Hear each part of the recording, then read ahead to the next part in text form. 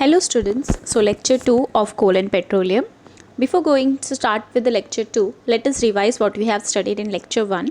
In lecture 1, we have studied about natural resources, how natural resources are classified into inexhaustible and exhaustible natural resources, and what we are going to study in this chapter, we are going to study about the exhaustible natural resources, which are coal, petroleum and natural gas. So, we have discussed about coal. So now let us see how this coal is formed. Have you ever thought where do this coal came from? Where does its petrol and natural gases came from? Industries में manufacture होते हैं? नहीं. Process होता है उनका, but वो manufacture industries में नहीं होते. So where do we get this coal from and how it is formed? So let us see the formation of coal, how it has been formed.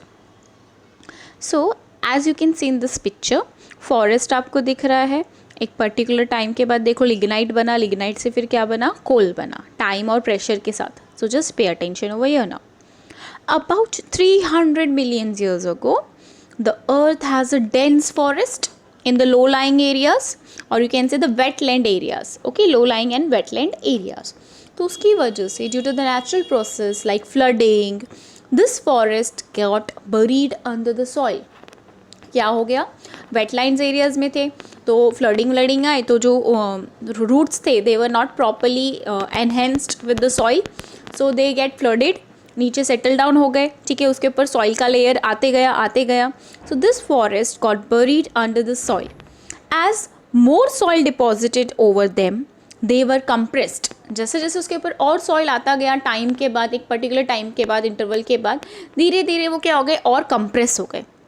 ठीक है, compress in the sense they get pressurised, दब जाना. ठीक है, so they the temperature also rose, temperature बढ़ गया.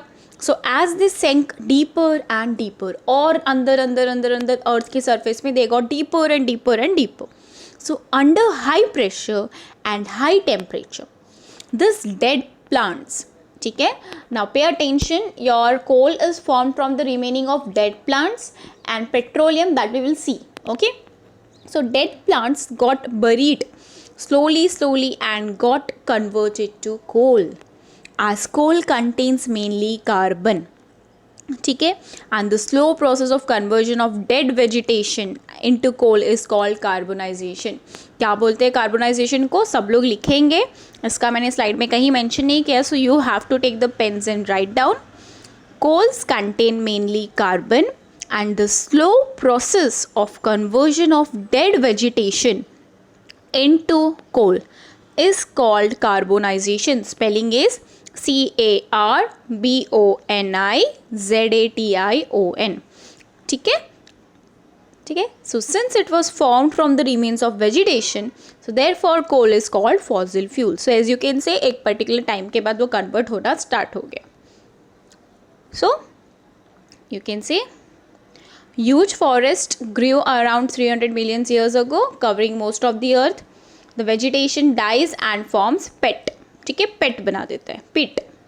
So the pit is compressed between the sediment layers from the lignite to form lignite, and further compression forms bituminous and subbituminous coal, and eventually the anthracite forms. मतलब deep inside में आपको कौन सा form मिलता है, anthracite. ठीक है. So let us see now the coals के types. Coals को कैसे कैसे और differentiate किया जाता है.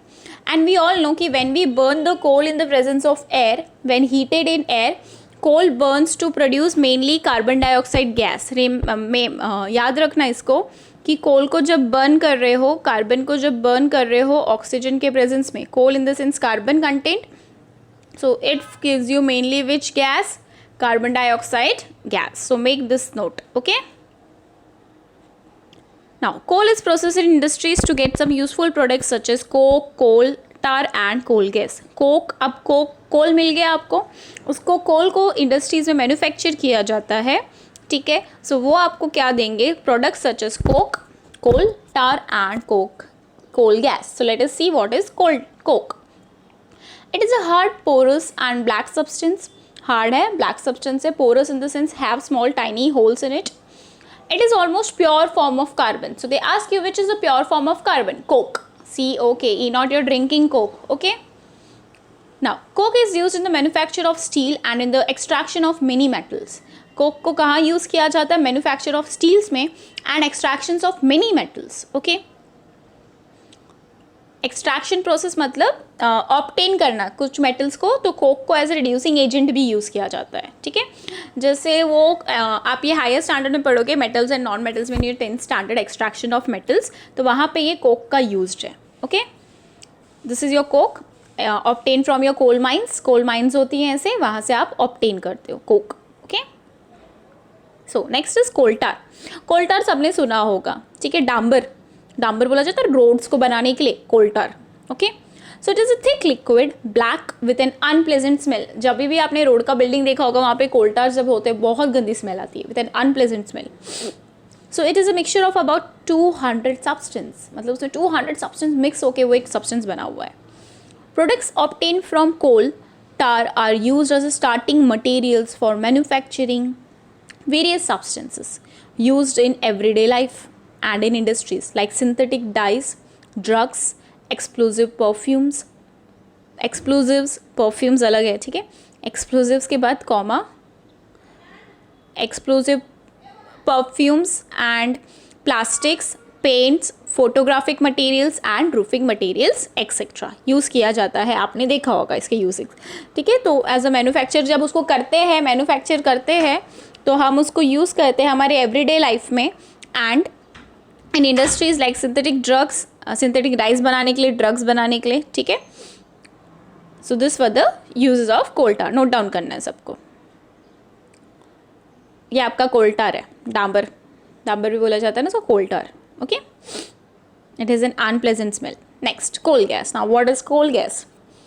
It is obtained during the processing of coal to get coke. आगे भी दिखा था, कोल को जब प्रोसेस किया जाता है to get coke, तब वो एक गैस लिबरेट करता है, उसको हम क्या बोलते हैं? Coal gas.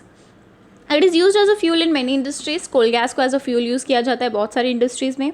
Now, Before the development of natural gas supplies, it was used as domestic and lightning fuel. जब तक नेचुरल गैस प्रोड्यूस नहीं होता था, कोल गैस को एज अ डोमेस्टिक पर्पस में यूज़ किया जाता था and also as a lightning fuel, lightning lamps के लिए. So coal gas was use for the street lightning for the first time in London. कहाँ पे यूज़ किया गया था फर्स्ट टाइम? लंडन में in 1880 and in New York around 1820. So nowadays it is used as a source of heat rather than light, क्योंकि वो बहुत heat produce करता है as compare to that of giving you a particular light. तो I hope this is also clear to you coal gas का, इसके points. This is your coal gas. Coals को जब बर्न करोगे कोक का formation के लिए, तो कोल गैस प्रोड्यूस्ड होता है. So I hope this part is clear to you, coal part. So make the notes and if you have any doubts you can ask me. Now next class in lecture 3 we will study about the petroleum and the natural gas. Thank you.